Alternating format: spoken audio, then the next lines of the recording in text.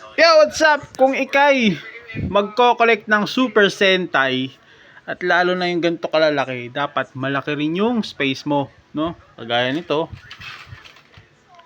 Super Sentai Zenkaiser Ultimate Form. Gaya nitong G12. Sa Gonger or Power Rangers RPM. Ayan. Siguro nasa 24 inches yung height nito o 25, parang ganun. So ilang robot to? Parang 12 kasi kaya G12 na tinawag.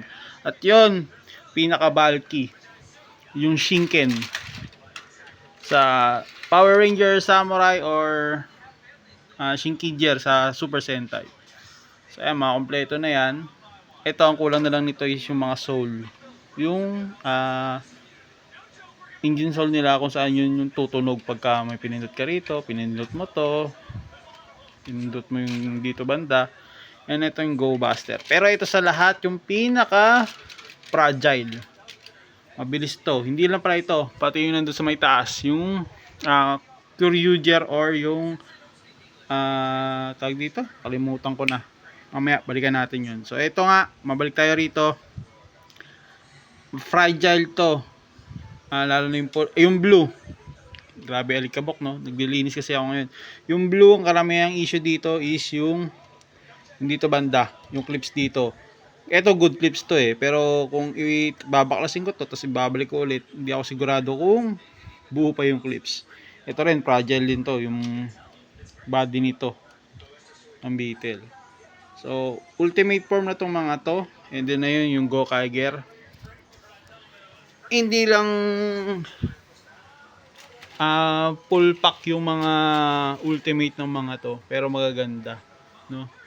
Ito kasi kompleto to, lahat sakop, magalat, walang tapon, pati din doon wala ring tapon. Dito naman wala din naman, lahat kompleto. Dito lang kasi wala yung body nung Dino, and wala yung pinaka body nung main mecha. And dito rin naman full pack din. Hindi pala, kasi wala rito yung pang 6 Ranger eh. So kung magbabalak kayong mag Super Sentai, make sure maluwag, lalo na kung i-ultimate nyo. Syempre pag ito binaklas nyo puro robot lang, mas lalong malaki yung peso na kailangan. Pero magaganda yan pag naka-ultimate yan. Kaya yung mga nag-healing inner child dyan, ayan, no? Pero syempre ito yung the best. Ayan, no?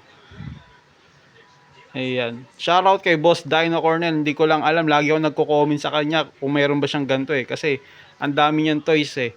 Pero ewan ko kung mayroon siyang ganito, no? Ito, pangalawa na to. So kailangan kong mga dalawa pa ulit para shrine, no? Tapos dalawang dragon sword din. Tapos dalawa lang na Titanus. Kasi ito gagawin ko rito, isang main, isang combine, tapos isang tank. And then yung nakasakay sa Titanus. Ayan. So may dragon sword akong nakuha, kukumbine ko na lang yun. So kailangan ko pa ng isa. Syempre ito yung pinaka OG eh, di ba?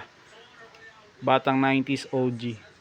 So yun lang, sa nagbabalak mag Super Sentai, alamin nyo rin yung muna yung mga tag dito, kung ano ba yung malalaki, ano ba yung magagamit. Kasi may mga collector akong kilala na main mecha lang yung kino-collect.